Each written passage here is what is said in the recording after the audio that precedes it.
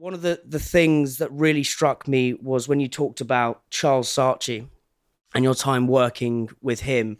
And you said illusion was very important to Charles and something he continued to believe in for the rest of his advertising career. I'd love you to sort of sink into that. Why do you think illusion is important in creativity?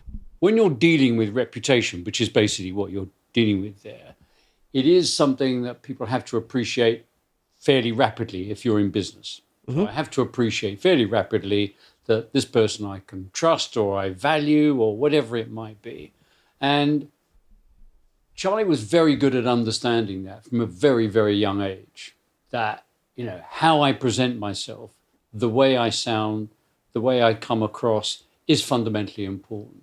So when he started the agency, he went from being a guy with long hair, this was like 1970s and that, and he went out and bought a business suit and a business tie, and he looked completely buttoned down, And that was the illusion he wanted to create, because people would believe he's creative because he was.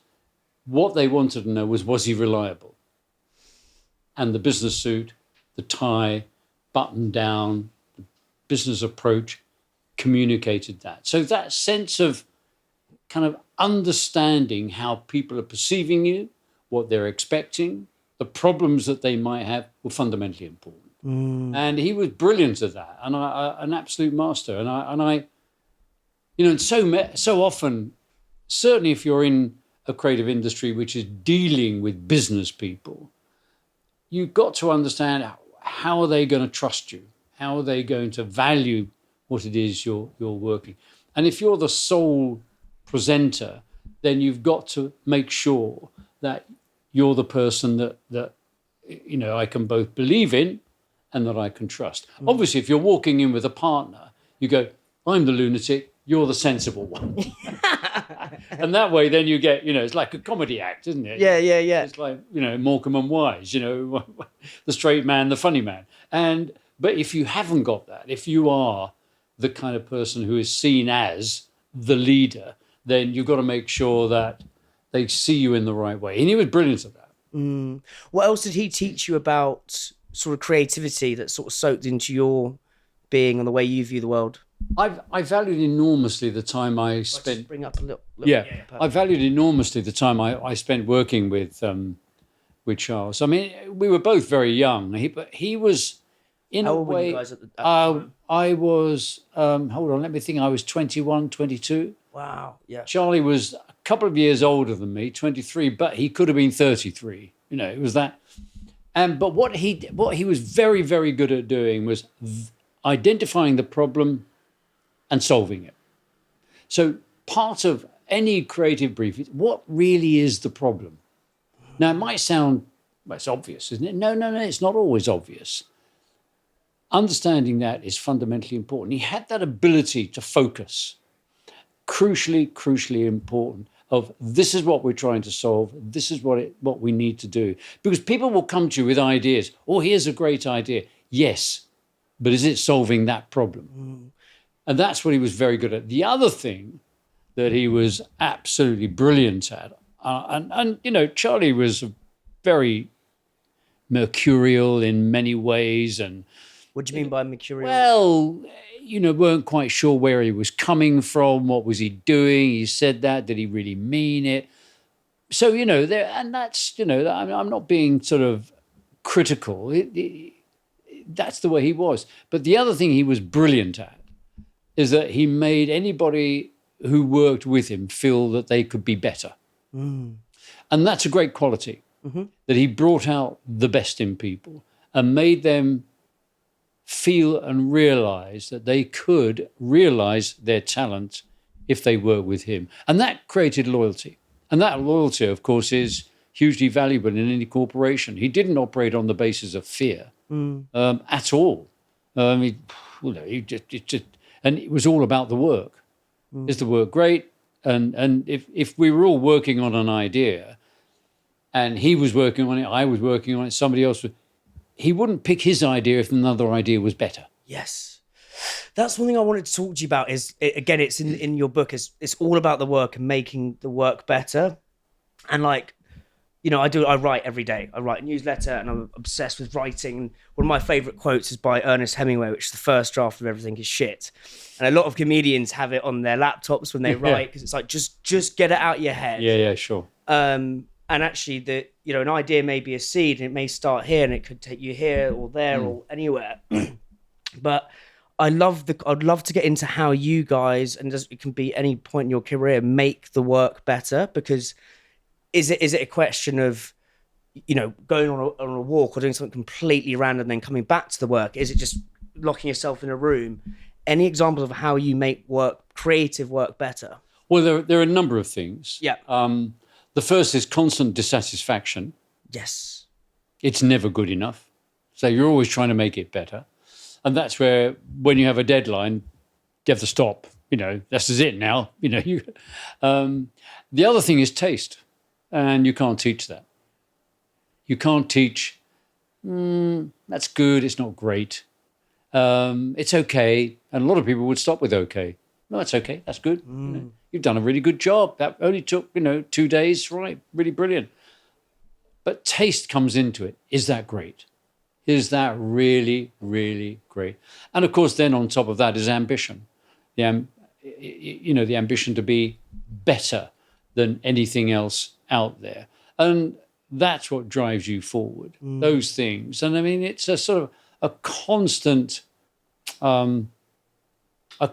struggle, because it's easy just to go, yeah, okay, that's good.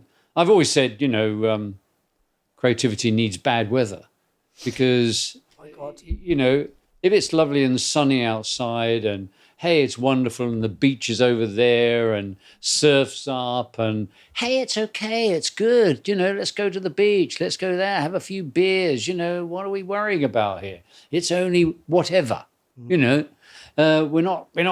solving, we're not finding a cure for cancer. And so that sense of wanting to go on is fundamentally wrong. And I always jokingly say, bad weather's good for creativity. So I read that that's in the little book on creativity. And I actually gave that book to Osh who runs the Devonshire, the pub around the corner. Yeah.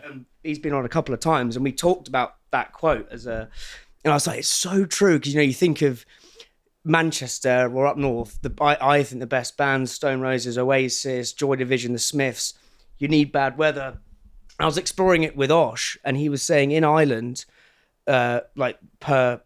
considering how small the nation is, the amount of big CEOs that come out of that country is extraordinary. And we were trying to, we were just chatting shit ultimately, but he was saying, because the weather's so bad, people go into the pubs and they're insular and you're talking, you're having ideas. Yeah, storytelling is a real art for them. And then obviously storytelling in the corporate world or business world is kind of a jetpack up to the top. It's fascinating. No, it's very much the case. I mean, it is. And actually, if you look at, there's empirical evidence on this. If you look at the Nobel Prize winners, both in science, in arts, and in all those things, there is a preponderance for it to be from the Northern Hemisphere. Really? Yeah. If you do an analysis of all the Nobel Prize winners, because it's, for an obvious reason, isn't it? Yeah. I mean, if it's you live in a beautiful sunny climate and you're sitting under a banana tree and a banana falls off, you eat it and you go, life's good. I go for a swim now. Don't worry about that. Well, go inside and do what, because it drives you. How are we going to solve this problem? There isn't a problem. You're sitting under a bloody banana tree. Where's the problem here? I've just got food. I've got a beach. I've got water. I can swim. I can do that. So that sense of kind of, it's almost the grit that you need to get something going. There's a problem here. We've got to solve it. Dissatisfaction. Yeah. Is there any examples of how you've made the work better? And I'd love to almost kind of reverse engineer it in the sense of what we ended up with. So we could pick any example and then what it actually started with, because that creative process is... Well, there are a huge number of examples of that, about how you kind of, you took the work and it was okay. And I remember we were working on Boddington's, the cream of Manchester. And we started as a print campaign. It was got awarded and all sorts of things. It was lovely. And we decided to focus on cream. And I was away, and the brief for a TV campaign came up, and everybody said, "Oh, just put the print ads on TV." Just no, that's a single visual. TV is narrative, so you've got to convert that idea, the cream of Manchester, into a narrative. And they'd done a series of scripts, and I looked at them. I thought they're okay. They're okay. They're not great. And everybody was like, "Yeah, no, they're good, John. They're good." And I went, "No, guys, these are just no, look." And so I called the client up and I said, "Look, I have something to say. I can understand why you've been sold these scripts. I can understand why everybody, the team, liked them. They're good. We would never do anything that wasn't, but they're not great." And a lovely guy who was marketing, whose name was Steve, and I can't remember his surname now, said to me, "Okay, John, I'll give you a week. Come back next week with what you think we should do." And so I went back and I talked about how do you convert cream as a print ad. You show it if you wanted to do. The ice cream cone was a classic one, cream of Manchester. How do you convert that idea now into a narrative? And the team came up with a brilliant idea, and it was called face cream. And we should show it. And I presume that is what you'll do. Yeah, when this goes on, yeah, you'll show it. We'll bring it up on the camera. And then they'll show it, right. Yeah. It's 40 seconds. So that's how you convert it. And it went on to be an award-winning campaign. So that sense of when you move from one medium to another, you've got to recalibrate how you execute the idea. Yes. Because what works in print, the principle works, cream of Manchester, that's the idea. This is how I express it in print.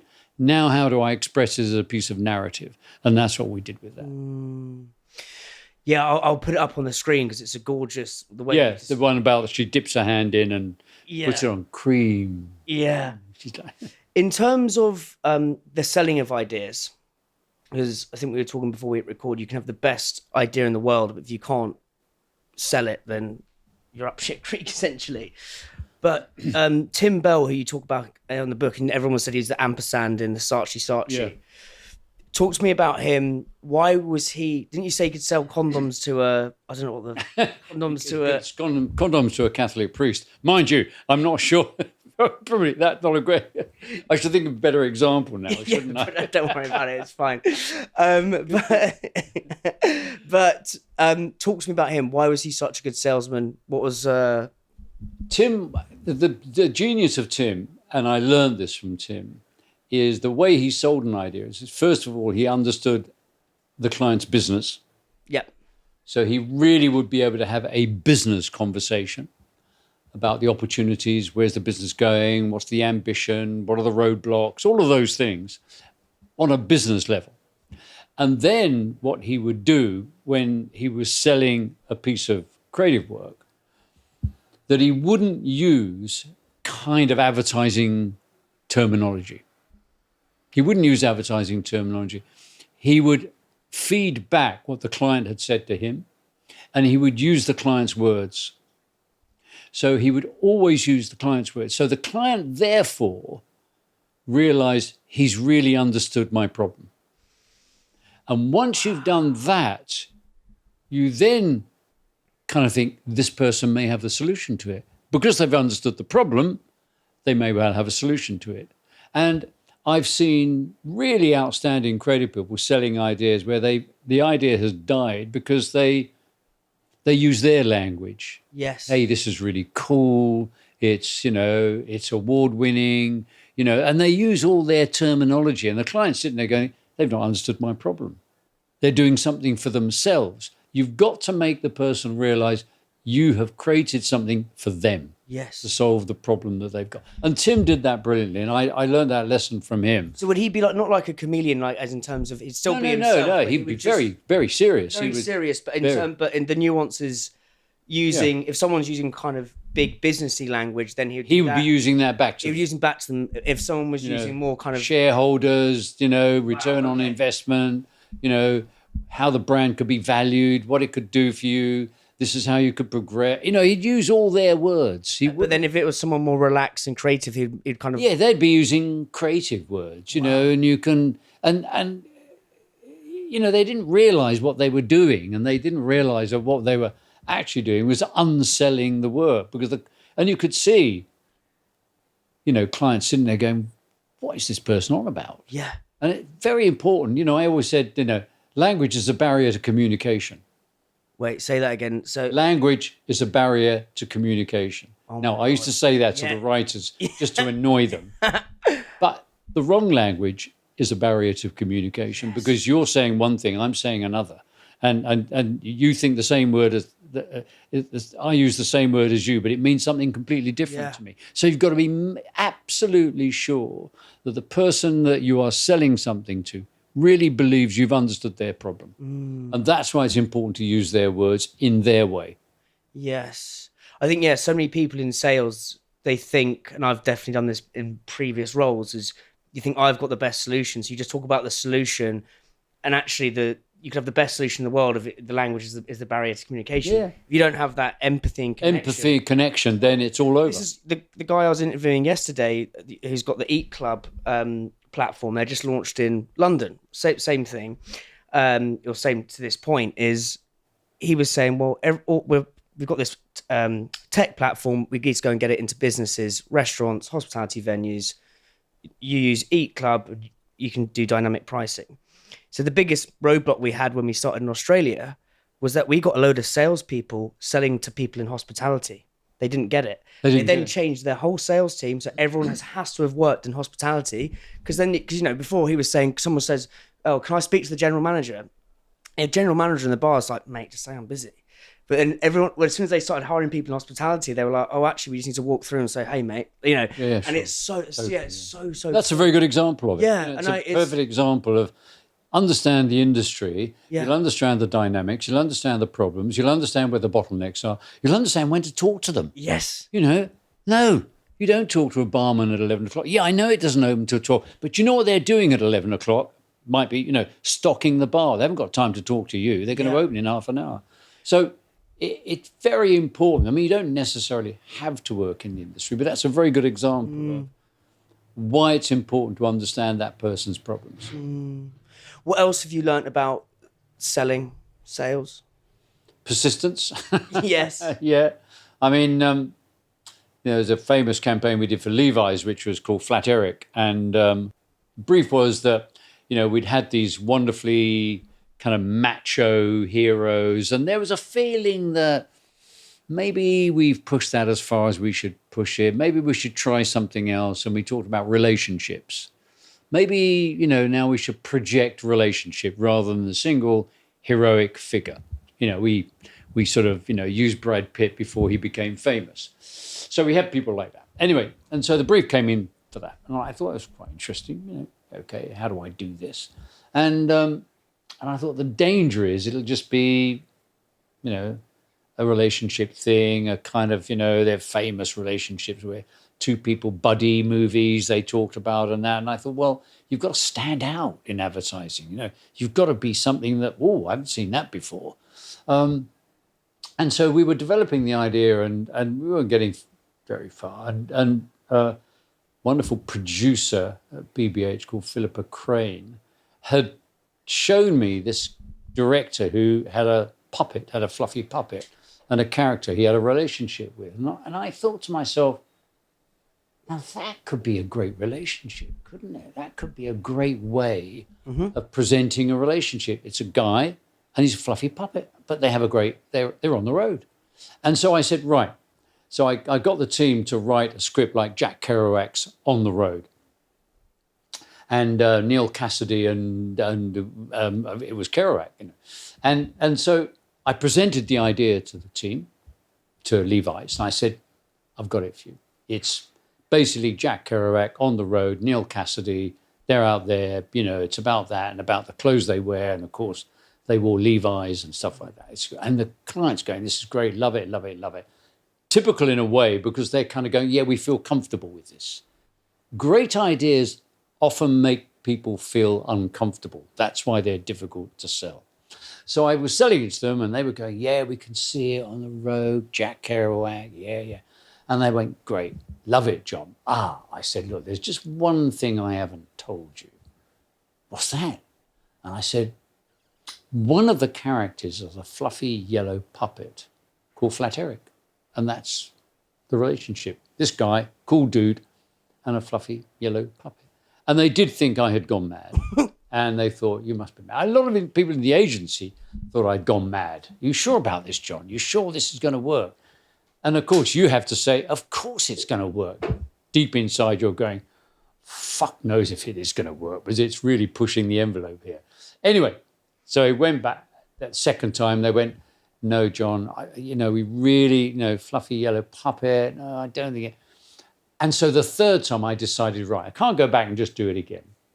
So what I did was, part of it, I wanted for them to take the back cover of things like Vogue. And I said, so I decided what I would do is I'd go back and to kind of get the idea alive and make them feel like this could be great, is I took back covers of Vogue and I just, instead of it being some handsome Giorgio Armani model or whatever it might have been, looking cool and groovy, I just put Flat Eric and just Levi's, And I said, and that's what I want you to do. Not only TV, buy all the back covers of these style magazines and put them. And they suddenly looked at it and they went, oh, yeah, I kind of get that. I'm still unsure, but I kind of see where you're coming from. And in the end, they were great and they bought it.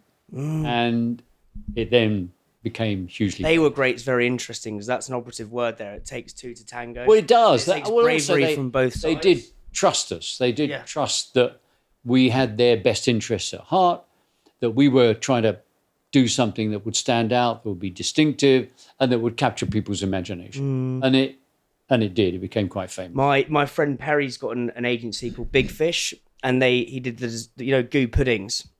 Have you seen them in the supermarkets? Yeah. And he was trying to sell the idea to the founder, James Averdyk, and the way he did it was he's like, the amazing chocolate puddings. I was, oh my God, you won't believe it. So he designed the whole thing. I found this brand in Copenhagen. It's exactly what he wants. and then James was like, oh my God, I wish we'd done that. And he goes, oh, by the way, that is your brand. And it's just the way he'd framed it. It's just genius. Lovely. Yeah. I love that. One of the things in the book, and I think there's this with creativity, and I believe there's a dichotomy between putting your soul in your work and almost like selfish versus selfless creativity. And I think you have to put your soul in your work, because otherwise what's the point in doing it? On this side. On the other side, there has to be some sort of empathy with whoever's buying that work or that art, I believe. Talk to me about how you navigate that tension. Well, this is the one about I think you have to step back from that in a way before you can answer that question. Sure. So the way to, in a sense, begin that is to talk about the definition of creativity. Yeah. It's very important that this superpower that we have all got. Yeah. All right. Animals, separates us out from the animal kingdom. Animals, don't get up in the morning and think I'd like to change the world. They get up in the morning and think I must eat, whatever. Yeah. We have this superpower, and it is, we don't sort of recognize it. I mean, it seems odd, doesn't it? But understanding it is fundamentally important. It's a superpower we've got. When you've got a power, you must understand that power. How do you define it?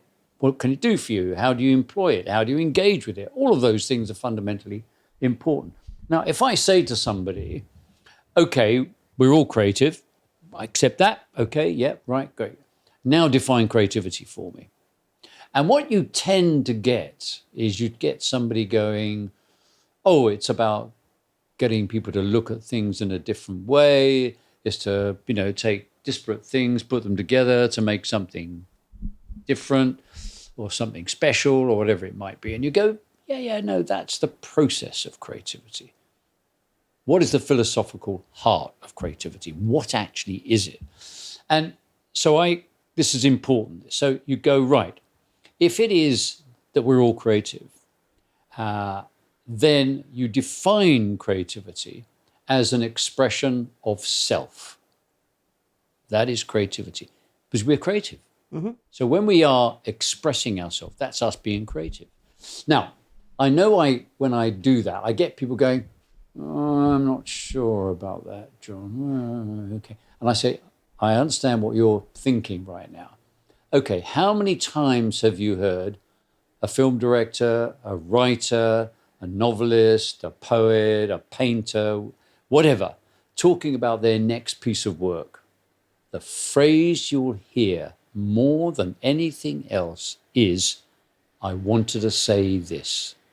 That is creativity, an expression of self. So once you establish that, then obviously the more interesting self is, the more interesting your work is going to become. So that's fundamentally important. So then you get to how do you apply that in the commercial world? Yes. Which is really the question you're asking.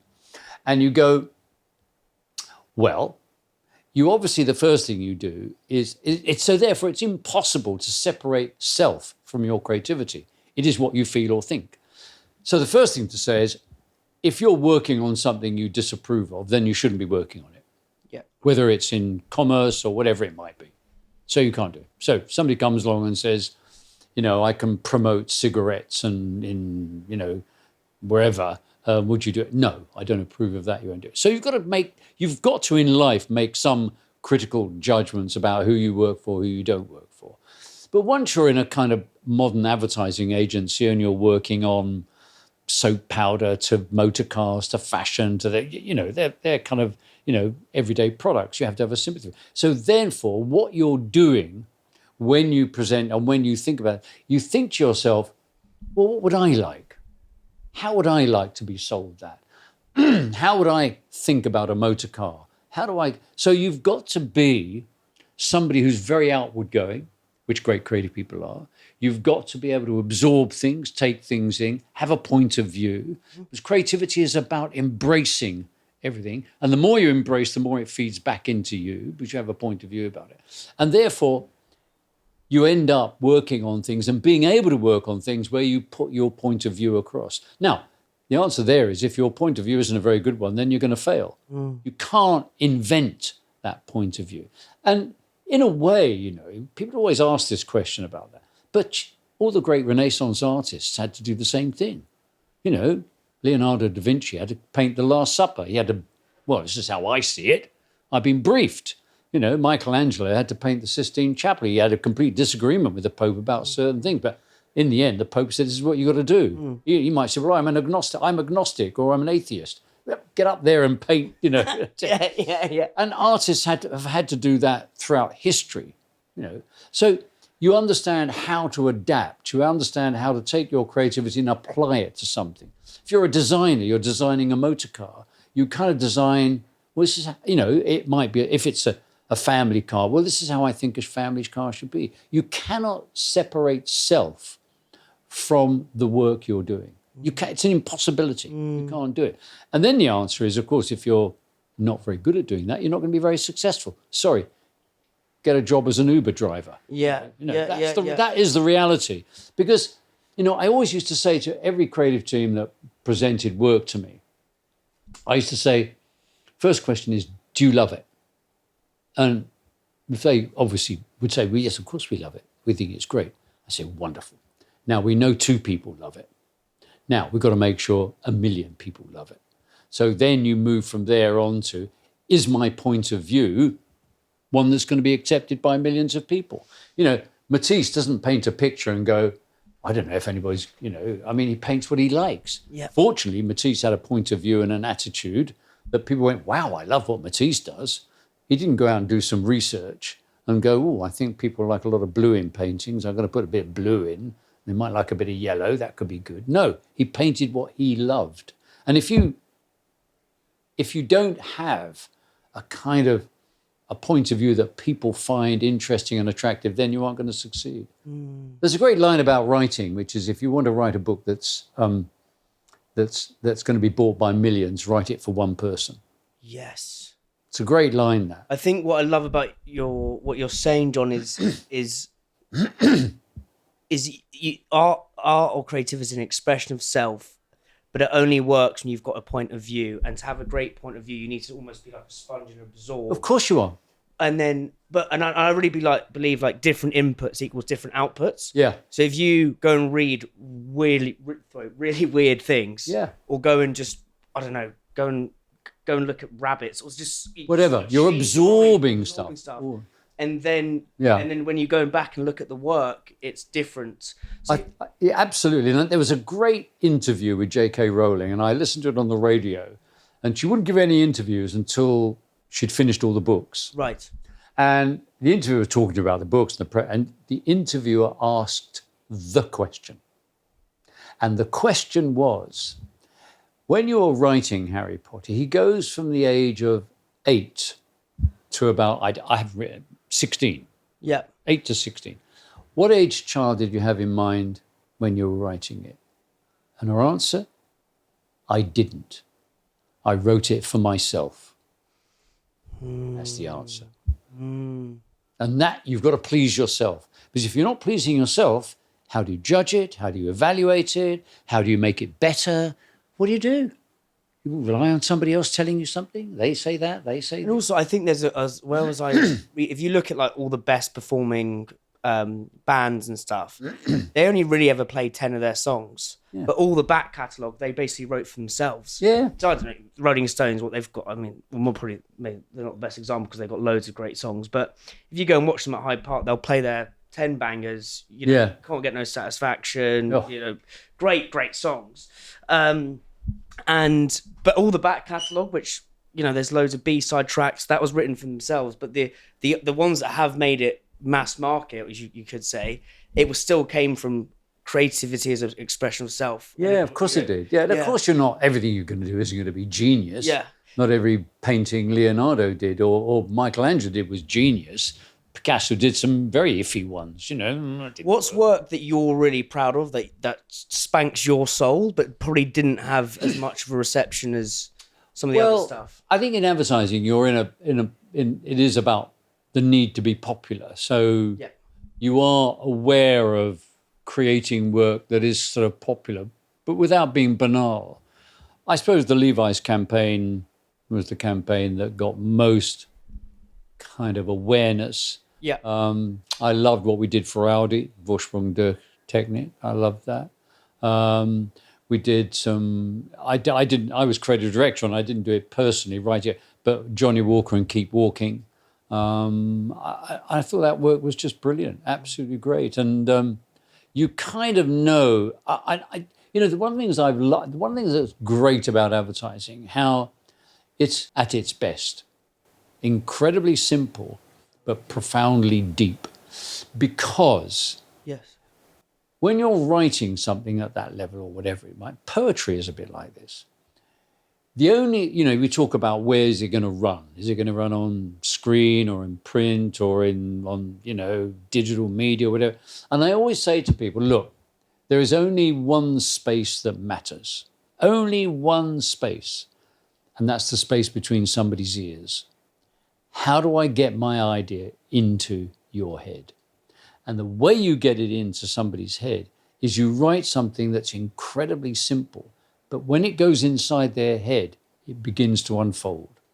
And it has levels and levels and levels and levels. And it goes deeper and deeper. But if it's complicated, it won't go in. And this is the thing I think advertising teaches you. And great writers had that. Shakespeare completely understood it. To be or not to be. That is the question. Now, look at that. How long is that? Yeah. And the world can say it 400 years after he wrote it. And he understood that ability. But how do I say something that is incredibly simple but unbelievably profound? And that's the best advertising, the greatest advertising. We're only talking about probably 5 or 10% of it, by the way. 90% of it is complete shite. Does actually have that. What examples of that, in your opinion? I think my generation came into advertising kind of because of the work that was done in New York in the 60s by Dordain Bernbach, Bill Bernbach, the famous Volkswagen campaign, Think Small, Lemon, all of those great ads that actually confronted how you thought about a motor car. What adverts or advertising does that today, right now, 2025, do you think? Or do you, Very few, very little. Really? I mean, advertising, I think, is in a bit of a trough. right. Awareness and appreciation of it is going down. That's not me saying that. That's all the research and data is telling everybody that. I think there are two things advertising has to do. It has to persuade and promote. Yeah. Okay. That was one on my list, right? So I love that. So, and what's the difference? Because for brand builders, say you're a brand listening to Right. this, Well, what's the difference? 'Cause yeah. The first thing is you have to persuade somebody that you're somebody worth thinking about. That's persuasion. Hey, Levi's, brilliant jeans. Promotion is I'm now doing a sale of Levi's jeans. You can get them in these 4 colors or whatever it might be. So you persuade, hey, I'm willing to consider you. Yeah. That's persuasion. Yeah, I like you. Now I've got this special deal, or you can find them here, or if you go and get them from this store, we'll give you this or whatever. That's a promotion. It's short term to drive sales. The brand is making you, yeah, I like that. Yeah, that's good. Yeah, I like them. They're cool. Now I'll go and buy them. And actually, by the way, there's a kind of promotion on, or whatever it might be, and that drives you even further. So you've got to do both of them, Yeah. persuade and promote. Founders, cash is literally king. If you don't have cash in your business, you are going bust, mate. Imagine you've landed a banging retailer or you've got a brand new bit of MPD going live. Suppliers need paying today, but the cash won't hit your bank account for 3 months. It's a headache wrapped in a nightmare, and that's why I'm delighted to announce we are partnering with Mimo, short for money in, money out. Mimo automates your finances, streamlines workflows, and keeps your books up to date. But the real hero here, the absolute Don, is Mimo Flex, flexible working capital built into your finance workflow. With Mimo Flex, you can draw what you need when you need it and repay as receivables land. Use it to keep inventory moving, fund campaigns, or negotiate better supplier terms. You could apply for a revolving line of up to 1 million, and you only pay month to month on what you've actually used. It's insane. Credit subject to eligibility and status, fees and terms do apply. Listen, your favorite challenger brands literally love Mimo. Surreal, Hunter and Gatherer, Nice Wine, Better Nature Tempeh, and tons more. Learn more and apply at mimohq.com. If you're a challenger brand that's absolutely killing it in D2C, but you're struggling to crack retail, then you've got to listen to this. Maybe you've got an Ocado listing, maybe you've got a Whole Foods listing, maybe you're absolutely killing it in Selfridges, maybe you're absolutely killing it in your farm shop and your indies. But my friends, making the leap, crossing El Chasm, crossing El Rubicon to grocery retail is not easy. It's the Champions League of FMCG. It's super hard. It means playing at a higher level, and that's where so many amazing brands sadly stumble. Look, retailers want stories backed by data, not dreams, and a pretty pitch deck. And let's be real, supermarkets are not just going to magically make a space for you and your little brand. They need data. Something's got to go for you to get in, for you to get on shelf. And that is why I've got to tell you about North Star. They are the team that's helping purpose-led FMCG brands go from gut instinct dreams to unstoppable pitch decks that actually unlock retailers. North Star are not like another data company that force feed you data like foie gras, that act like a NASA space mission. It's super simple to use. Their team are amazing and they actually get the challenger mindset. North Star are your shortcut to smarter decisions, stronger pitches, and investor confidence, all built specifically for challenger brands like yours. You don't need a massive sales team, you need North Star. Link in the show notes, click that link and you'll be able to book a free demo with North Star. Highly recommend that, and thank me later. And do you think do most brands try and do one or the other? They're trying now. They've forgotten persuasion because digital companies, the social media companies, have gone, you don't need to worry about all that persuasion stuff, all that broadcast advertising, because you can be really efficient and you can just talk to the people who are going to buy your product. Isn't that fantastic? And that's efficient and you're not wasting money. And of course, what that forgets is that all advertising, all brands are trying to build market share. They're trying to build more consumers. Even if somebody isn't going to buy your product, they can add value to it. There's one of the most important expressions phrases about building brands is a brand is made not just by the people who buy it, but also by the people who know about it. Now, that is profound. That was on my, again. Yeah, that is something that the industry, big brands today have forgotten, because a lot of big brands have been taken over by logical thinkers, left brain thinkers. They're not about growing. They're not about expansiveness. They're not about showmanship. They're not about, hey, here I am. Great brands. Whatever you think of Elon Musk, and I'm sure we all have points of view about, he's a showman. Yeah.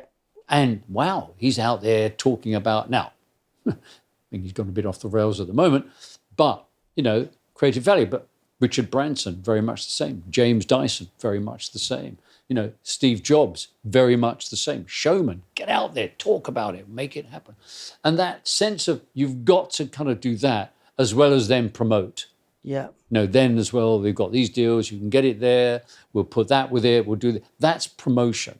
And that's once I bought the brand, then yes. The industry seems to have forgotten those two fundamentals, persuasion and promotion. They talk about, television doesn't work anymore, but television works in a different way. How so? Because it's a medium where you can sit back and enjoy it and listen to a message and be intrigued by something, as opposed to on your mobile phone, it's just it's transactional. Yeah. Yeah, sorry, I'm doing that. Yeah, okay, 20% off. Yeah, I might do it. Oh, that's quite nice trousers. Yeah, okay, fine, boom. Yeah, the context of the message is super important. Is fundamentally important. Interesting. Fundamentally important. We I always say, Michelangelo was the first great, not only art director, but media director, because he realized when he was going to have God making man, he put him on the Sistine Chapel ceiling. So you looked up, there's God. Yes. That's where he put God. He didn't put him on the wall down there, he put him up there. The bit I want to go back to, John, is when you said advertising is, I think it said simple and deep, or simple and profound. Yeah, simple and profound. So when that simple message goes into someone's head, so I've interviewed Seth Godin a couple of times, and he's one of my heroes. And I asked him a question of what makes consumers. But I think the question was, what was true about marketing 400 years ago, about why people buy things, and what will be true in 400 years' time? That was the question, like the timeless rules. And he said people will buy anything for three reasons. Status, i.e. does it give them status? Affiliation and connection, so are we in orbit together? And or freedom from fear. So, you're going to make a decision if there's a tidal wave coming, you're going to get out there. And I'd love to explore that with you about how, from your perspective, writing those words or making that profound yet simple message, how do you think about, what's your version of that? Why do you think people do things? Well, because I think, I have a phrase, which is, my one is, principles remain, but practices change. Yes. Fundamental principles do not change. If you want to look at humankind, people, you can take let's call it 250,000 years. We've evolved, we've developed. And just because we've invented digital media in the last 25 years, humankind has not fundamentally changed. It is exactly the same. We've got wealthier, we've got more of that, we've got more things, we've got that. So those fundamentals don't change, but technology tries to convince you it has, because it wants you to prefer that bit of technology versus that bit of technology, whatever it might be. So you have this sense of it's all different. Gen Z, Gen Y, Gen F, Gen Z, it's all bullshit. It is total bullshit, invented by research marketing companies trying to make clients feel insecure. And if you go into the background of those people, so what are their beliefs? You look at them and you go, you've just described an 18-year-old. Or whatever, And that's what I was like when I was 18. Or somebody said to me the other day, they said to me, young people don't watch television anymore. I went, no, I didn't when I was 18. I didn't watch television. I was out. I was trying to meet as many women as I could possibly meet. I wasn't sitting in front of the television next to mum and dad. That's what they were doing. I wasn't. So this idea that it's all fundamentally, of course, certain things have influenced us. The use of the mobile phone has influenced us. Technology has an influence on us. But we haven't fundamentally changed. And it's important to understand that. There are three things we've been obsessed about since the beginning of time. And that is access, speed, the future. All right? We've wanted to access more because that made us more secure. I could get more food, get that. Speed, I want to get there faster. So we got on a horse, as opposed to, we started out walking, crawling, then we walked, then we ran. Then somebody said, get on a horse, you go even faster. We went from an axe to a bow and arrow. That went even faster, from spear to a bow and arrow. And then the future. We've been always obsessed about the future. What's going to happen tomorrow? Am I going to be able to feed myself? Our ancestors could track an animal. They could look at a print and go, oh, that animal passed here at about 2 hours ago, so I could track it and catch it. All right. If it's like, oh, no, that was 3 days ago, gone. So we've been obsessed with those three things since the beginning of time. We haven't fundamentally changed. Now, technology around us changes. We still want stuff faster. We want more. We want access to more. And we want to kind of understand the future. Access, speed. Speed, access, the future. Yes. Three things that we... I suppose that all three of those things ultimately link to survival of the fittest. It's our desire to survive. Survive. Survival. Well, understanding the future is survival. How do you think brands play a role in evolution? Well, when you say evolution, what do you mean by evolution? As in our desire to that idea to constantly improve. Well, yeah, they make it easier for you. Yeah. So I have a mobile phone, I'm connected. Yeah. I can connect to you faster, and I can connect to more people. So it does two things, speed and access. Speed and access. It can't predict the future. We're still obsessed with that. People trying to tell us they can predict the future.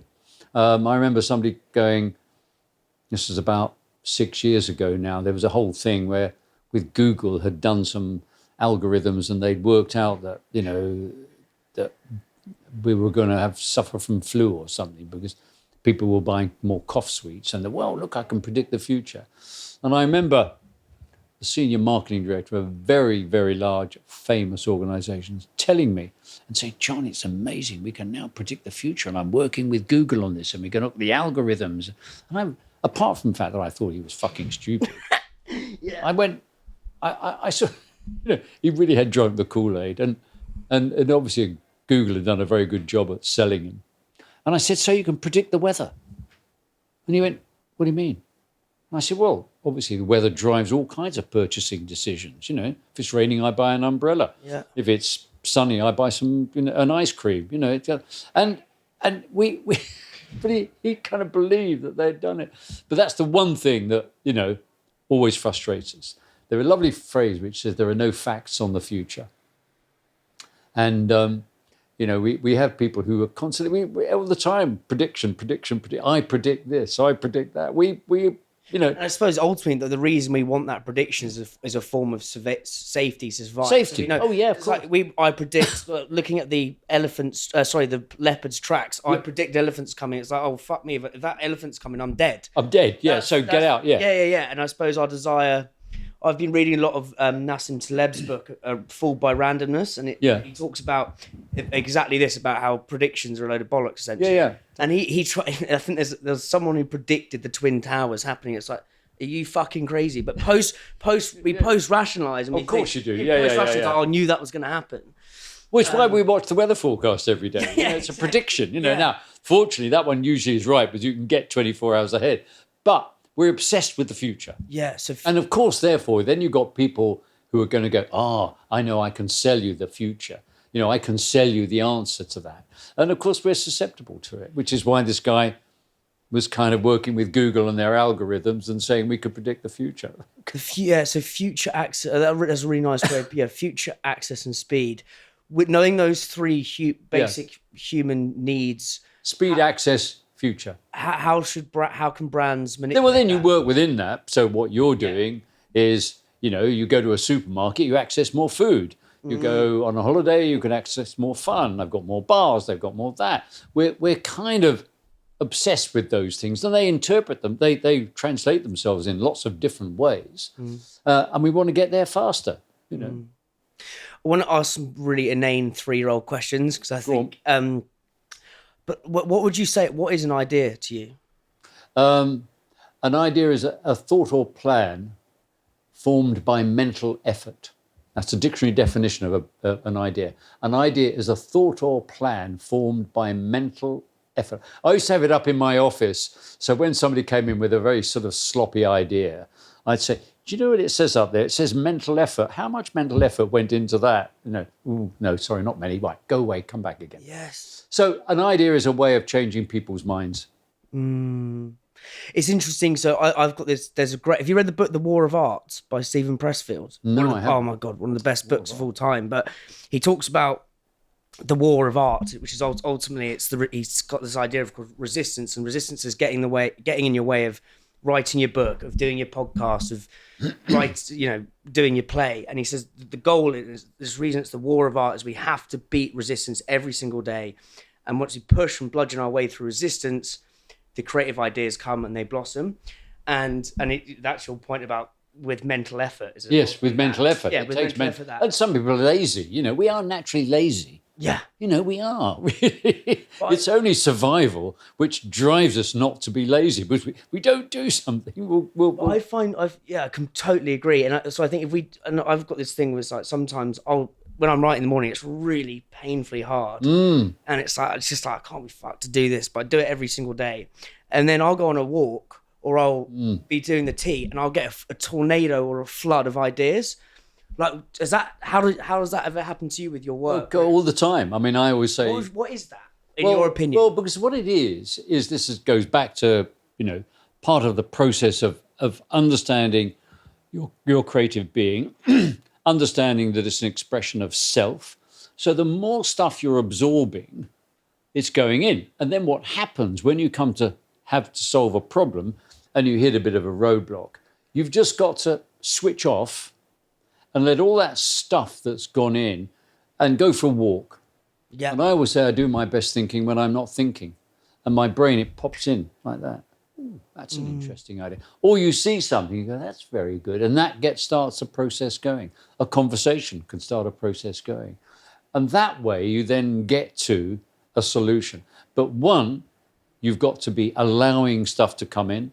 Read as many different things as you possibly can read. Don't just go to art shows. Don't do what everybody else is doing. Do more than that. Be curious. They say Leonardo da Vinci was one of his geniuses. I mean, the man was a genius. That he was very gregarious. He loved talking to people. He would see a craftsman, a tradesman doing something, and he'd ask them, why did you do it like that? That's interesting. And he was fascinated. And that fascination drove his need to find out more, and that drove his creativity. Didn't he work in really short bursts and then have breaks? I think it would vary. Apparently, when he was painting The Last Supper, they put benches out for people to come and watch him, and he might turn up for 5 minutes, not doing anything, and go, and then next day he'd be there for 12 hours, and people would come and watch him. He was kind of...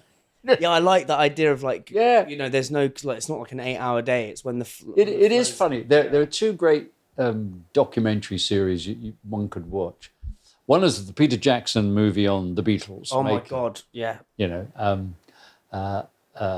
Their album, and the other one is the Rolling Stones' Exile on Main Street. Now, the Beatles, they're fantastic. Oh, I'm a great Beatle fan. They turn up at 10 o'clock, have a cup of tea, and sit down and start working and start playing.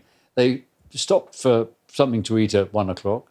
Then at 2 o'clock, they went back, carried on working, finished at 5 o'clock, went home. The Rolling Stones, and produced a genius album. Genius. The Rolling Stones, on the other hand, they're in the south of France, drugs everywhere, they're people coming in and out, nothing happened till about midnight, then they'd get going, and then they'd finish at 9 o'clock in the morning and all be kind of zonked and chaos.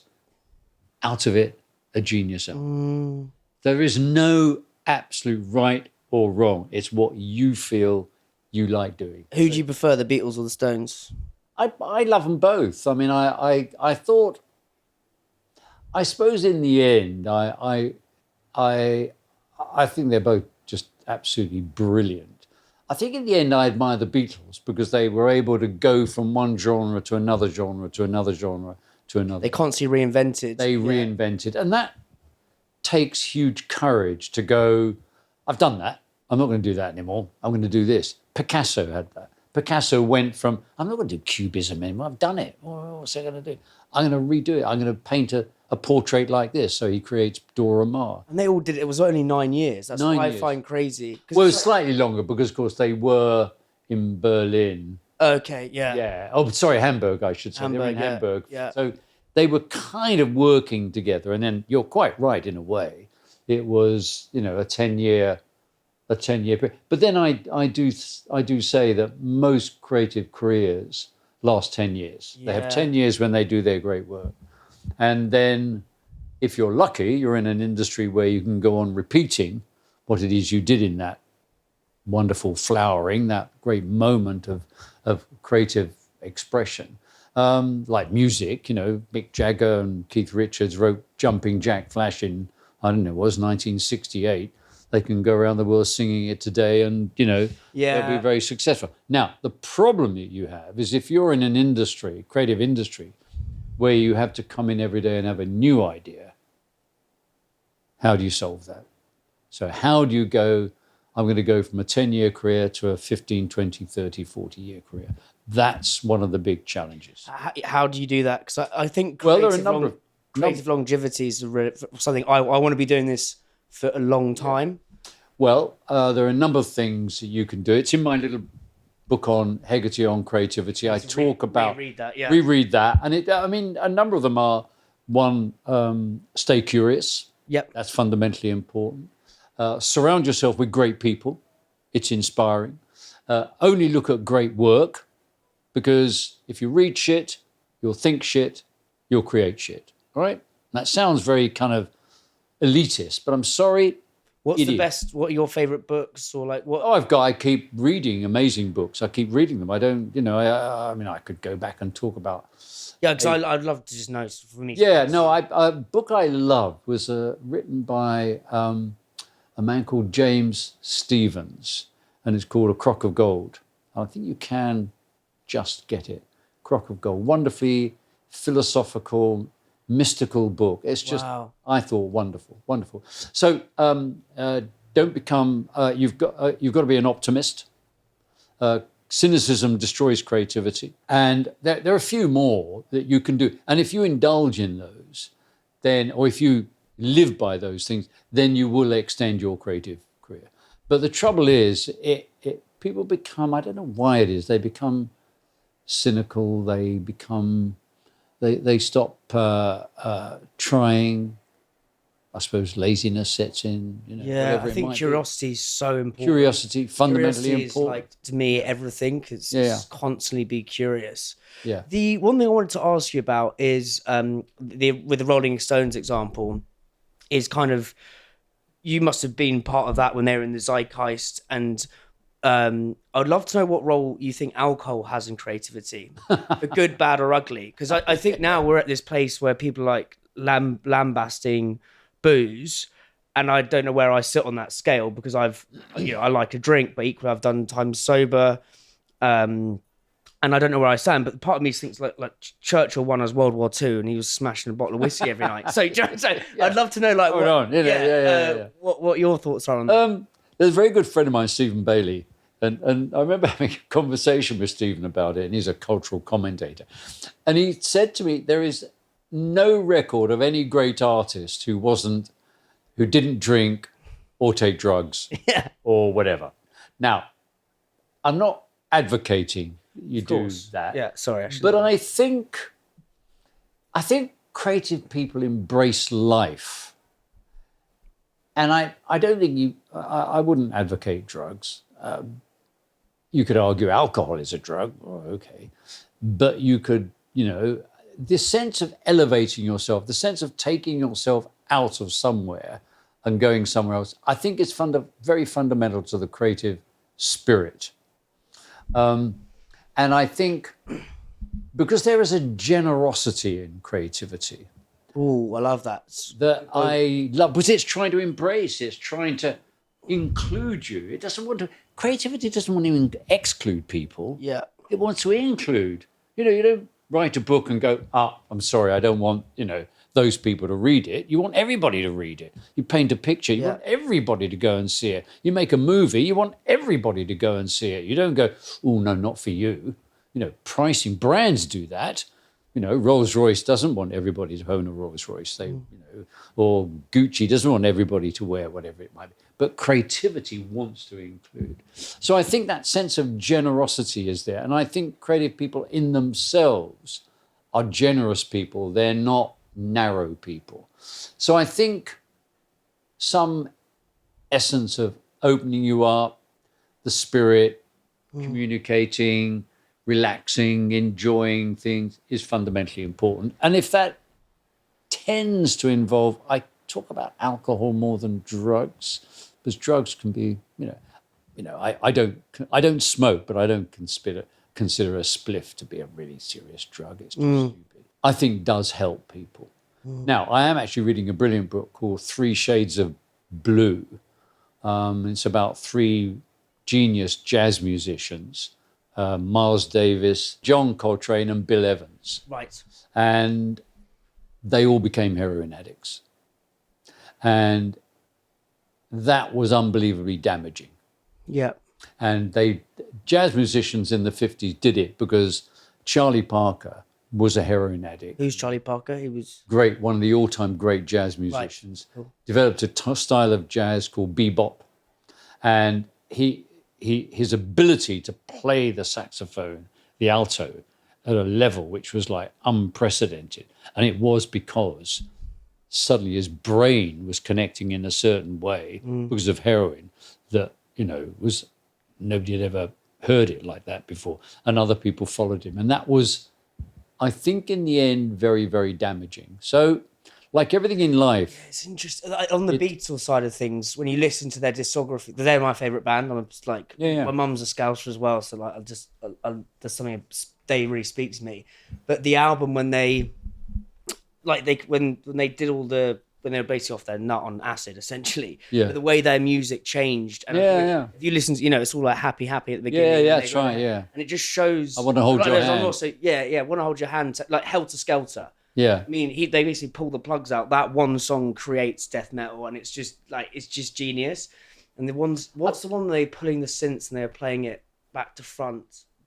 There was a lovely, George Martin talks about kind of how he helped them create the sound and things like that. But I just think it opened up ways of looking at things and thinking about things. But I think you've got to be in control of it. Yeah. The only thing I would say. And that's where danger occurs.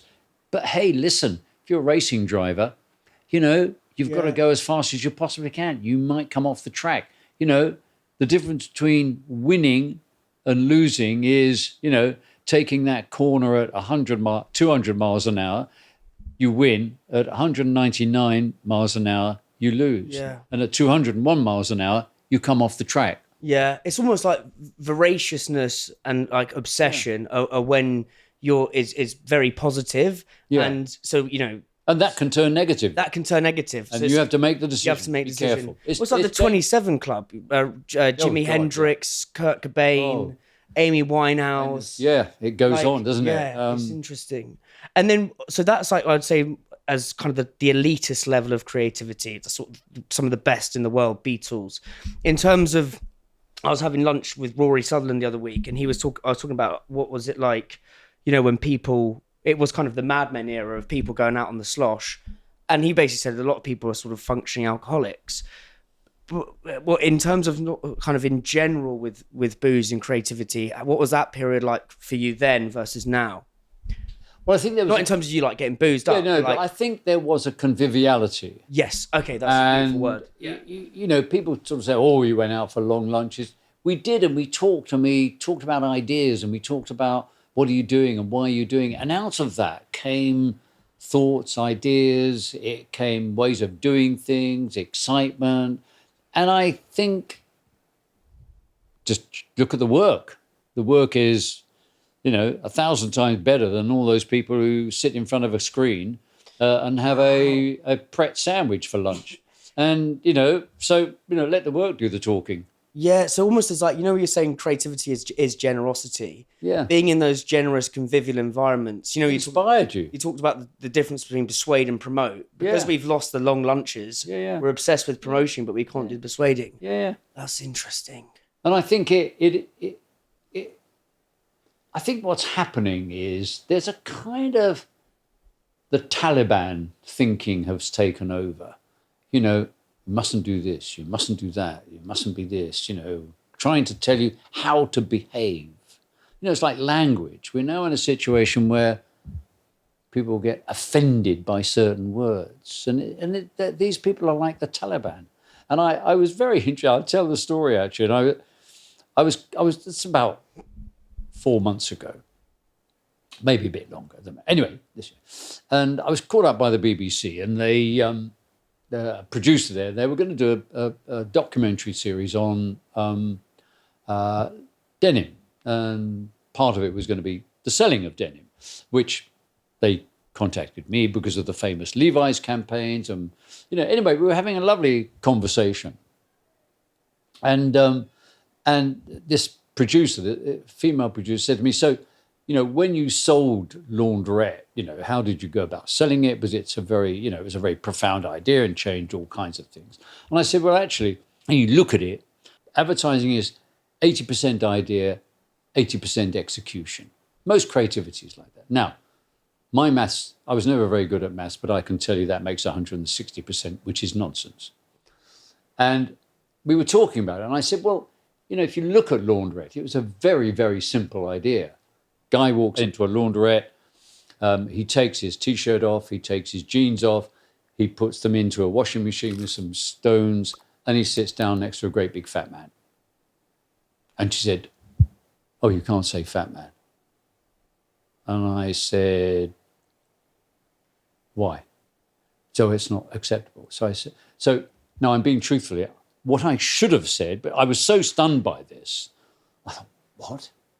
So I walked away saying, so should I have said clinically obese? Because technically he was clinically obese. That was part of the joke, Or I should have said to her, so if you can't say fat, you can't say thin. And if you can't say thin, you can't say average. How dare you define me as average? I'm special. And I walked away thinking, these people are the new Taliban. They have decided the word fat is wrong. On what basis?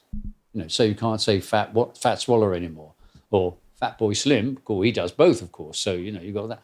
So it's this way that society sometimes develops this belief system that some things are wrong and some things are right. Some things can be offensive. Of course they can be. And you shouldn't do it. But her answer to that should have been, well, I wouldn't have said fat. I would have said this. And then you have a debate about it. And that's fine. But to immediately say, I am banning this word. I'm banning that. And it's happening. And we live in a society where freedom of expression, without being offensive, we're not trying to be offensive, is being challenged. And I think that's hugely dangerous. Yeah, it's incredibly dangerous. And I think I think I'd love to know how you think that's impacted sort of creativity. I feel like people, because I know, I write this newsletter and and I've had a few things where people have sort of kicked back on some stuff I've said. And I try and, I love the word irreverent. And that's why I try and write in a kind of a really, like Tom Wolfe was one of my biggest inspirations. Yeah, great. And I love, like the way he writes. He's a massive inspiration. Hunter S. Thompson, and so it's a bit weird, but I love it, and it's my style. Sure. But some people kick off with it, and I'm like, just unsubscribe. That's cool, but don't go on a big, Don't you've taken offence. That's your problem. Yeah. Don't take offence. They're like, you need to do a public apology. I haven't said you should go out and shoot somebody. I haven't been discriminatory in the sense of saying, that person's better than that person because they've got long hair, short hair, brown hair, red hair, wiry hair, whatever kind of hair. I haven't said, and that would be appalling, obviously. But when you say, you've described somebody in a certain way or you've used a certain word, as long as you're not trying to offend the person, then don't take offense. Context is fundamentally important. But also language carries with it a kind of understanding. I understand what you're saying. So suddenly turning around and saying you can't say fat anymore. Well, how would I describe this person? Clinically obese? Anyway, it's a kind of weird world we're living in, and I think it has affected creativity because, you can see people afraid to do certain things. Hey guys, thank you so much for watching this video. Hope you're loving the episode. I'd appreciate a really small yet significant favor, por favor. Please, may you click the subscribe button, get in the comments, tell me what you think about the episode, tell me what you think we need on the show. It may not seem much, but it really helps us grow and helps us get bigger guests. Thank you so much. It's like everything's a repeat because people are too scared to actually put their neck out on the line. Like Hollywood's completely decimated now. Fearful and being cancelled. And I think this sense of cancelling somebody because you disagree with them it's hugely dangerous. It's huge. And I do, I do admire those who stand up for it. I mean, Salman Rushdie, God bless him, nearly paid for his life because he said something that other people got offended at. And how dare you get offended? That's your problem. What was the last thing you radically changed your mind on? Oh, wow. That's a big question, that. What have I radically changed my mind on? I think Portuguese wine. Right. Because really, really good. I tasted some wine from the Douro Valley. Absolutely fantastic. I was really, really impressed with it. And I thought, wow, this has come on leaps and bounds since I last tasted it. So that's one thing. I don't know there's anything it sounds terrible to say fundamentally changed, radically changed. It would be something quite superficial that I've kind of changed my mind about. I've been fairly consistent. I was lucky in that going to art school and being exposed to very, very smart, talented, interesting, witty people with a sense of what is right and what is wrong. I was imbued with that fairly early on, and it stays with you. So you don't find yourself sort of changing that much. You don't find yourself going, oh, wow. Yeah. I used to believe this, I now believe that. I believe, maybe Donald Trump's right or whatever. No. Yeah. It could even be something about more sort of tactically in the business world in terms of less sort of so for example with me, so I agree, like I've got my values of how I want to do things personally in the world. If you like it or you don't, see you later, mate. If you like it, so if you don't like it, let's have a pint or a drink if you do. But if in sort of business, so with the thing I radically changed my mind on with the podcast was the importance of packaging and titles, right? So for ages I was like, just put the content out there, put the content out there, and we'll figure it out. And then actually now I'm like, okay, you could have the best video in the world if it's not packaged correctly on YouTube and it's not got the titles and stuff. So I've now hired someone who's based in LA who runs a massive podcast who helps us do that. Is there anything in the sort of maybe more the business world or marketing world that you've changed your mind on? Not necessarily radically as well, but just change your... It sounds terrible when I say not really. Funny, I do these on LinkedIn. I have... Your LinkedIn's incredible. I do. Do you write all that? Yeah, I do. Yeah, I do a couple each week. I just do a provocation. I've just done one on, and this isn't changing mine, but this is how business has got to change. And people always used to say to me, John, do you have a 5-year plan? And I said, no, I have a 5-minute plan. Because I can't predict what's going to happen tomorrow, but the way I can guarantee tomorrow is to make today so amazing, so fantastic, what I'm doing now, and that will give me the freedom to do more tomorrow. That's the way I viewed it.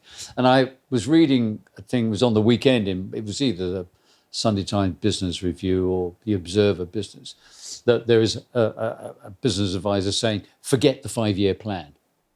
The world is changing so fast that if you have a 5-year plan, forget it, because tomorrow it'll be completely different. And what you're doing is you're trying to focus on something that isn't going to happen.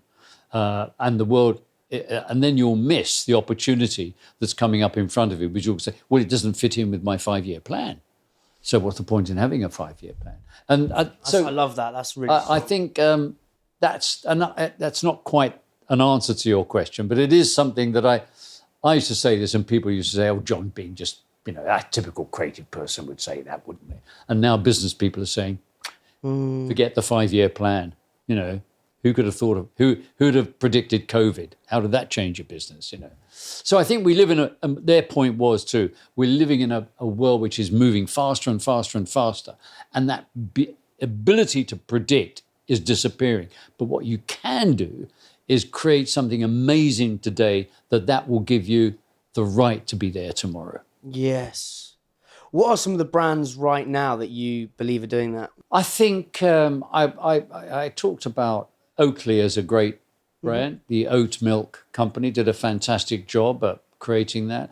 I think On Running, yep, brilliant. I mean, they're literally 10 years old, and I think what they're doing is absolutely incredible. Fantastic shoes. I mean, but there's a great lesson there too in how you build a phenomenal company. They've certainly done that. Which is? You start with a point of view, a difference, and then you build on that difference. And the difference was their kind of soul, their running soul, which is I think it's like inner tubes of. Yeah, I know exactly what it is. We can get up on the screen. It looks that gave them a point of difference, and from that difference, they employed design and aesthetics and created a great logo, great name, On Running, and they built it from there. But it has a solid foundation. It's not just a shoe. I believe there's like shallow points of difference and deep points of difference. And I think so many people have shallow points of difference and they think, oh my God, we're so different, but it's not. A deep point of difference is something like that's fundamental. That's what. But why do you think so many people get stuck with shallow points of difference and can never get to deep point of difference? Because they don't. How do you go dive deeper? They don't understand that you've got to have something that is simple and profound, that is driving the way your company works. So if you look at the great companies, that's what they had. It was embodied in a person, or it was embodied in their product. I mean, we talked about James Dyson. It was the bagless technology in a vacuum cleaner. You look at Steve Jobs in creating a computer for everyone. Because you remember, we're talking his famous commercial of 1984, please play it, was about Big Brother isn't in control anymore. You now have the right. And that was the idea of it. It was IBM versus Apple. Now, that's changed. So they had a purpose. They had a point of view. They understood what it is they were doing. Look at it in food. It's organic, or it's made like this, or whatever it might be. It has a profound point of view that you build the company on. Even though you go off and do lots of different things, that essential ingredient is always still there. I mean, Volkswagen was built on brilliant observation made in the early 60s by Bill Bernbach, which is it's ugly, but it works. And that drove their thinking. Why was Bill Bernbach such a genius, in your opinion? Well, it was the right time, right moment. He was a great creative thinker. He was an outsider. How so? He was Jewish in New York, in a city that was very waspish. The advertising business was a very WASP business. When you say WASP, as in? White Anglo-Saxon Protestant. They call them that in America, WASPs, white Anglo-Saxon Protestant. And if you were outside of that, I mean, Kennedy becoming president was amazing because he was a Catholic. That was one of the big issues. You think about it, what's that got to do with anything? But that's the way life was. So he's an outsider. I think, by the way, lots of great creative people are outsiders. And it gives you the ability to look in. How are you an outsider? How was I an Well, I was. My parents were Irish. I was born in London, and in Edgware, and then I lived in Mill Hill East, Finchley, and all around there.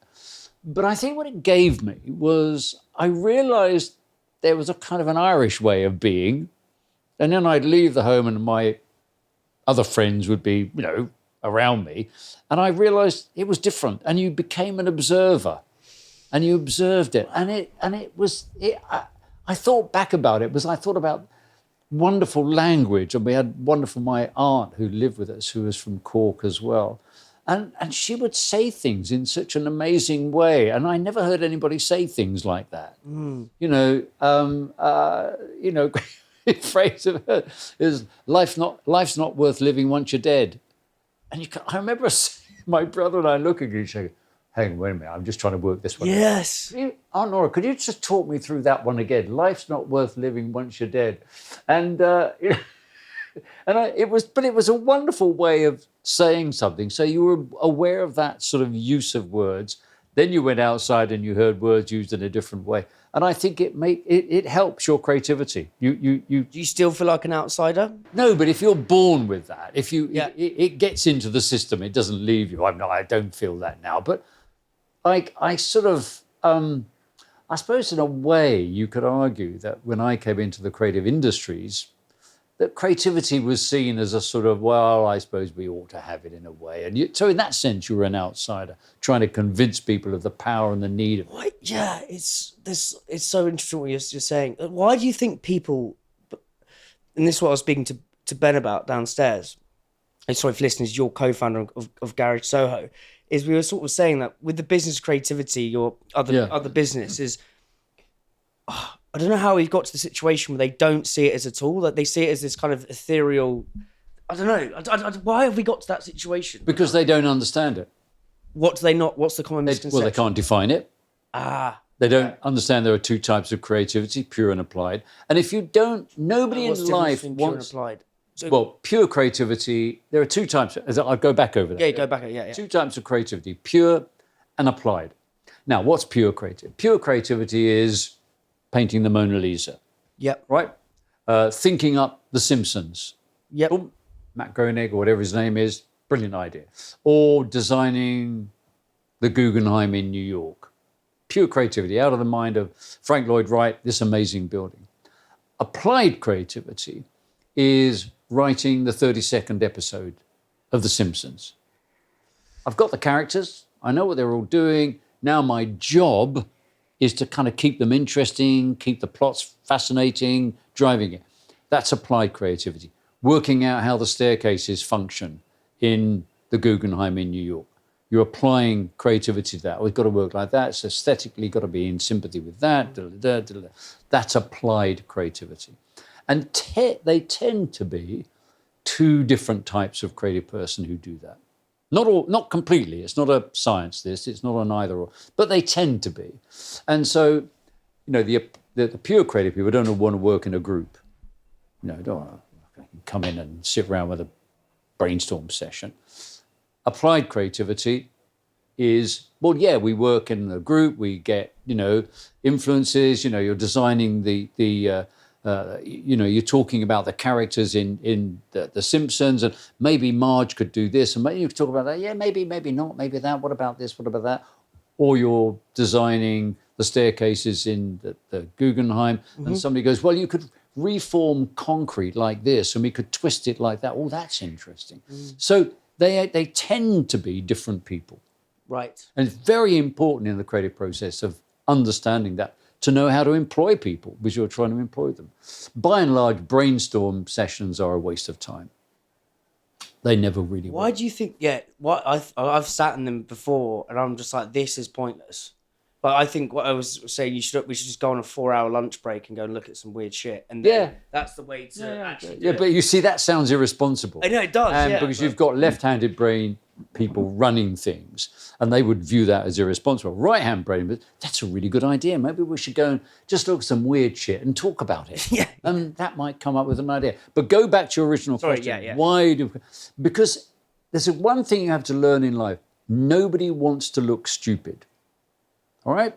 So if somebody walks into a boardroom of a company and goes, I'd like to talk to you about creativity, everybody will draw back. Whoa, I don't know about this. I don't understand it really. And I can't define it. I can't do it. So they're going to reject it. No, we don't want that. We don't need that. So once you understand something, you engage with it. I always say to people, you understand dentistry.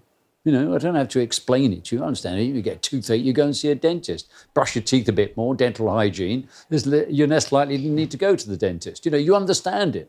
If I say to you creativity, even to creative people, I say, define creativity for me. They get it wrong, but they just feel it, but they haven't defined it. So it's very important to define something. So when you're in a business kind of environment, it's important that business people understand, oh, I see, that's what you mean by creativity. Right, now I understand, I can define it. I'm not going to look stupid if I ask. What do you say to them in terms of the definition in a business sense? Oh, I say it's an expression of self. Right. And then I say to them, starting a business is a creative act. Yes. You have to have an idea. Yes. What are you going to make? What's it going to look like? What's it going to sound like? What's it going to... These are creative acts. And the other way I go in is, because you've all got to find the way the door in. What door do I go in? I say to them, if I'm in a business meeting and I'm talking about... I say to everybody, right, hands up, please, everybody who believes in innovation. Everybody's hand goes up.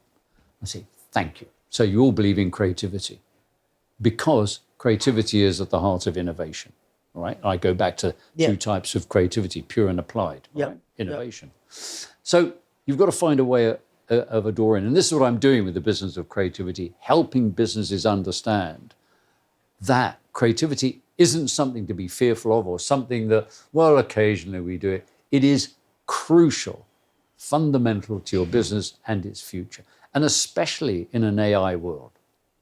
Because what's going to happen with AI, I would say two things about AI. First of all, it democratizes opportunity, right? Now everybody can do it. Any question you want, it can answer it. No longer does Unilever have all the answers to that. You don't. That's gone. So, in fact, actually, size now is a problem because you can't respond fast enough. So there's that. It's democratized opportunity. The second thing is, think of it not as a tool, but as a collaborator. You collaborate with it. So now everybody's a creative director. You're a creative director. And what you have to do is drive it. You have to say, no, that's not right. That could be better. That isn't very good. I think we need to use a bit more imagination here. Think about it like this, and it will come back and it might answer you. Yeah, it's the, I was speaking to, who was I speaking to about this? But someone was saying on the pod, the word hospitality needs a rebrand, because it's hospitality could be McDonald's hospitality, but then the Michelin star restaurant on the road hospitality.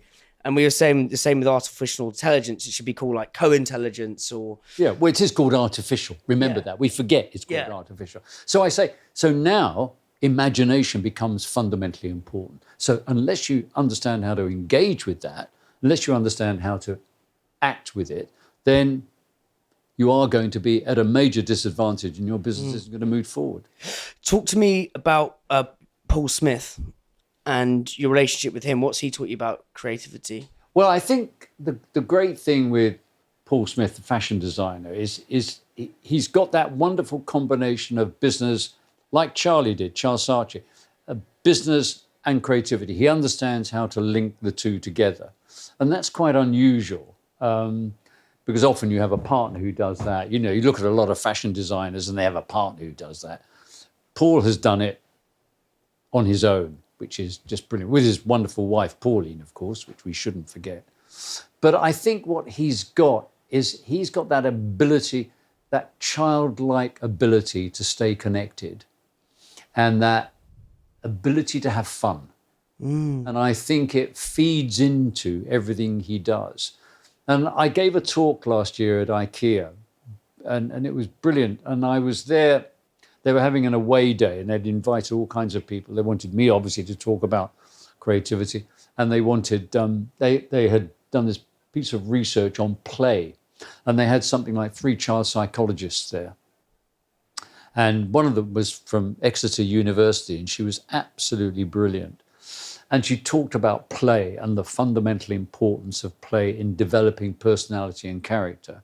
And when she meant play, she didn't mean a game of football or whatever with rules. She meant, you know, without rules, no boundaries, play. And that's how children learn. That's how they understand how to relate to each other. That's how they kind of develop social skills. It's fundamentally important. And what she was saying was, and we want you to take that into your adult life. And sadly, we don't. And I don't mean that we all sit around and I know what you mean. but a free-ranging conversation. back to that lunch. Yes. When you went to lunch, there wasn't an agenda. By the way, this is lunch and we're going to talk about these 4 points. And it was a lunch and you just let it roam. And that is fundamentally important to your well-being. And that what they were saying, these child psychologists were saying, the sadness is we don't take that into our adult life. And that's, I think, something that Paul Smith has been able to. He's not childish, he's childlike, if that's the right way around. That's a really good way of putting it. He's not child, he's childlike in the sense of he's always inquisitive, he's always fascinated, and he makes everybody feel around him good because he's playing and everybody feels good when they're What would you playing. say his point, we were talking about having a point of difference and the pure creativity. What would you say his I is? would say he's got one thing, he talks about classic with a twist. I always say to him, no, Paul, it's about you have a sense of humour. You introduce a sense of humour, so you'll have fun. And your clothes, brilliantly styled, beautifully crafted, beautifully made, but there is a sense of fun in them, and you can see it in his personality and the way he puts fabrics together, the way he makes certain things happen, or he puts that shirt with this suit or that with that and that. And he's got that sense of fun, that sense of kind of enjoyment. It's not... And that's the expression of self. That's the expression of him. Yes. When you meet him, you'll see why he does what he does. The other sort of... is it Thomas Berthwick in the book that you talk about, who designed the London buses? Thomas Heatherwick. Heatherwick, sorry. Yes, Thomas Heatherwick. Yeah, brilliant. What a similar sort of question is what's he sort of taught you about creativity? Well, I think because he did the London buses. What else he did the Cold Drops Yard, the new Route Master, and he did the Olympic Torch. He's done all. I mean, brilliant work. I think what he wants things to be.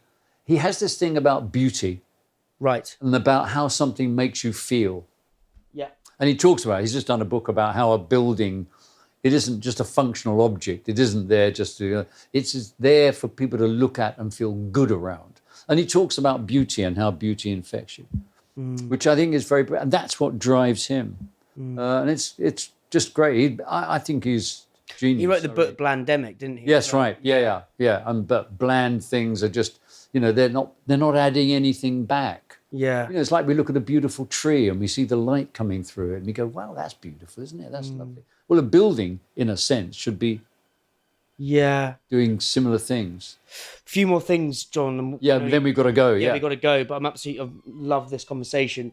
One thing I absolutely love from the book, if I can find it, was when you say, process is trying to make order of chaos.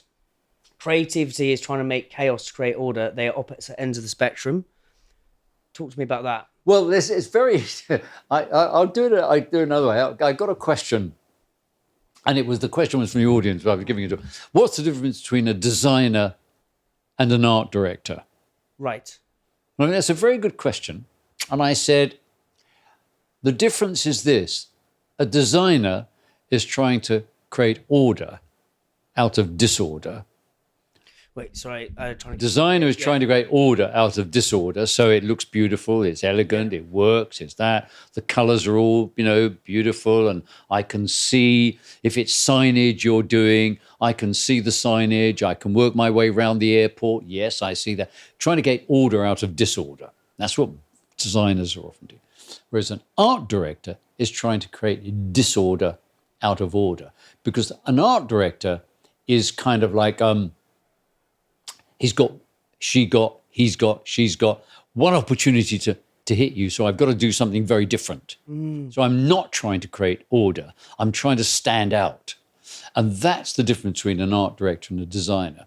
So a designer, their movement would be the kind of Swiss type style movement, all right? Swiss styles. Yeah, it was kind of universe right. type faces like that. It was called the Swiss style movement. And art directors would be punk. They'd go punk because they're trying to blast it apart, pull it apart and stand out. What would you say you are on that spectrum? Well, I was an art director, so all my advertising was always trying to stand out. I was competing with everybody. Yeah. You're, as a designer, you're not necessarily competing. You're competing with aesthetics. Now, an art director has aesthetics, but the aesthetics are like punk. I'm trying to get it to blow up. I'm trying to get you to notice it. So that's the way I've always described it. Now, people don't always agree with that, but that's fine. Beautiful. John Ruskin, there can be no beauty without truth. I also like to believe there can be no profit without truth. Yes, that's very good. That's Talk to me about that. Well, I think at the core of creativity is truth. And there's a wonderful, if you want to read it, there's a man called Boris Groys, Groys. And he's at New York State University. He sort of teaches creative studies there. He's written a brilliant piece, and it's called Truth in Art. Truth in Art. Truth in Art. Yeah. It's not long. It's an article. Yeah. You don't have to, in fact, actually, just read the first 2 paragraphs. It's genius. He's brilliant. Wow. And basically what he says is that if art doesn't contain a truth, then the power moves from the creator to the observer. So in other words, it just becomes, I like it, I don't like it. It doesn't hold me like a piece of design or a piece of, interior design. And in a sense, we all want power. And truth gives you power, as Ruskin said. Truth gives art power. And I think, here's my thought.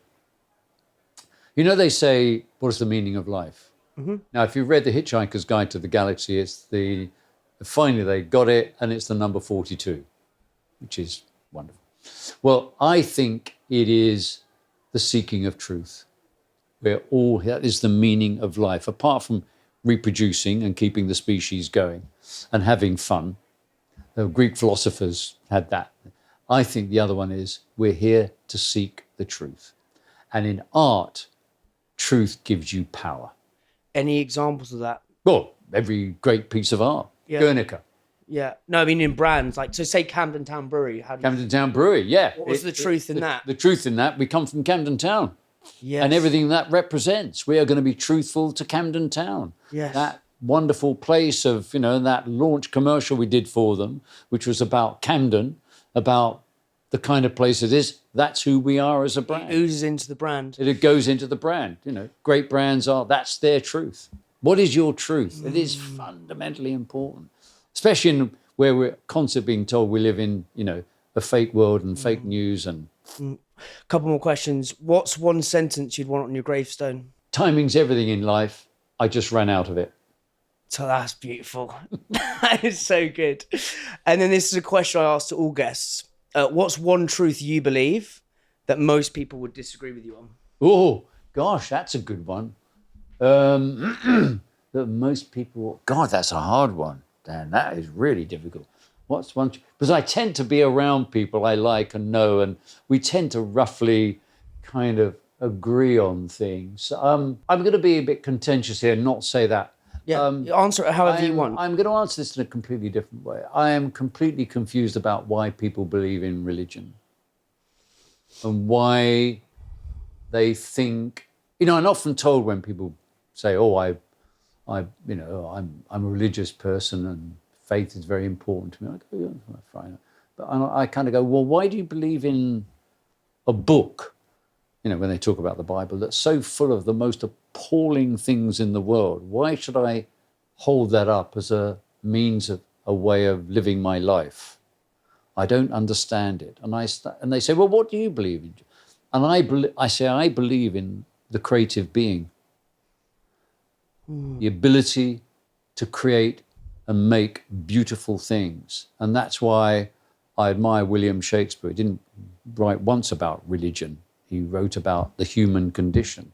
Why you read Milton, or why, Wordsworth, or the great poets, or those are the people that I think we should follow, not some inane book that tells me, my God's better than your God. And I think that's, but most of my friends are not religious, so I'm answering your. I'm not. Really no, it's interesting. fairly... I think just what I've got to. I think one of the best things you've ever. I think I listened to a talk you did in Paris where you talked about like the best brand is the Catholic. Oh Church. yeah, brilliant. You could just quickly go through that, and then we'll wrap this up because it's just phenomenal. Well, it's just like I think it's your masterpiece. Yeah, it's so wonderful. Well, I do love irreverence. It's one of my things. Yeah. And I was in New York where I was on a panel, and because I lived there for 2.5 years, setting BBH up, and I was in, I think it was somewhere in, might have been Denver or Colorado. Anyway, it doesn't matter. I was on this advertising panel, and a question from the audience came up. So, what's the world's greatest brand? And I was lucky. I was the last one to go. There were about 4 people in front of me, and they came up with Coca-Cola and talked about the brilliance of it. Somebody talked about BMW. Somebody talked about Nike back then, and it was Apple was being talked about. And they said, "So, John, what about you?" And I said, "No, I think they're all great brands. For me, they're not the greatest brand. The greatest brand in the world is the Catholic Church." So good. And of course, you're in America. There's a sort of slight, ooh, steady, John, steady, you know. And anyway, I didn't care. I was in. I said, so think about it. World's greatest logo, brilliant sign of the cross, absolutely fantastic. It could have been, it could have been a carpenter's plane. Jesus was a carpenter. Could have been a fish because the fishermen, the apostles and all of that. But no, they went for the cross. And then the genius is they nailed the founder to the cross. What a brilliant idea. Then they put him on the top of every building, logo up there. Fundamentally, they went straight away to, they went global straight away. None of this kind of, when do we go global? 7-day opening. What do you mean you close? You don't do that. Diversified, christenings, weddings, funerals. They moved it on, get you in. And of course, location. Biggest building in the center of the town, the village, wherever it was. That was it, understood that.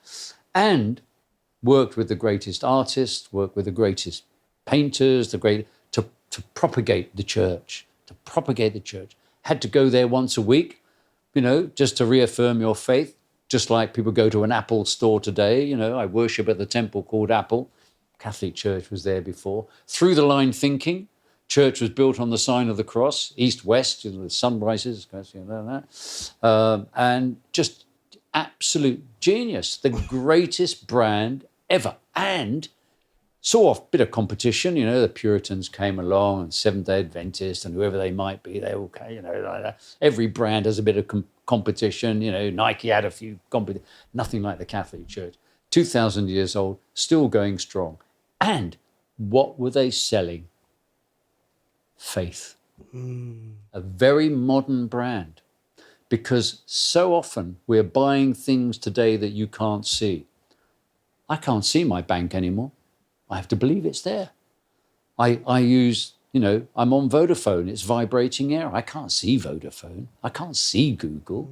I can't see Facebook. I don't know, building. It's none of that. Very modern brand. They were selling faith, belief. Brilliant. Greatest brand ever. And all the lessons are there. John, let's wrap. Final thing. I've got you some books, some of my favourite books on creativity and writing that I'm going to give you after this. But I'd love to know. I love reading. Like I know you don't mention The Crock of Gold. Any other real poignant books that you just think everybody must read? It's just come out. It's called Your Brain on Art. Your Brain on Art. Yep. And it's just come out. And it basically is written by a neuroscientist and another lady who works at Google, fantastic designer and that. And basically what they're saying is we are wired to be creative. And that if you don't understand that, it's harming your well-being. And they talk about how creativity helps our well-being. It helps brain plasticity, it helps trauma, it helps our physiology. They talk about all these things that it actually does. So I want people to read that, Your Brain on Art. And I describe it like, 60 years ago, I said I was going to a gym. Everybody would think, oh my God. Yes, John, mental. Yeah. He's trying to be Arnold Schwarzenegger, for God's sake. Now there's a gym on every street corner because we've understood the need to stay fit. The next big thing is going to be understanding creativity. And they talk about this, about how it's good for you. It helps you live longer. That was an absolute joy. Thank you so much. Pleasure, Dan. Great stuff.